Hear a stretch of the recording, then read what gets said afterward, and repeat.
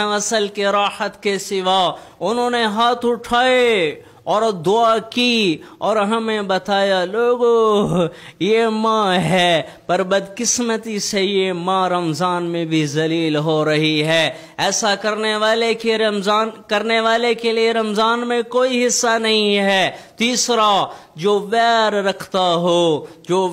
रखता हो रमजान की बरकतों में उसके लिए कोई हिस्सा नहीं। चौथा आदमी जो आपस में तोड़ पैदा करे, रिश्तेदारों में तोड़ पैदा करे, उसके लिए रमजान की रहमतों में कोई हिस्सा नहीं। और मैं हाथ जोड़ के कहता हूँ, मैं झोली फैला के कहता हूँ, अल्लाह न करे कोई ऐसा हो और है जो मेरी बात सुन रहा है, अल्लाह के वास्ते तौबा कर लो, आज ही तुम्हारे लिए रहमत के दर खुल जाएंगे।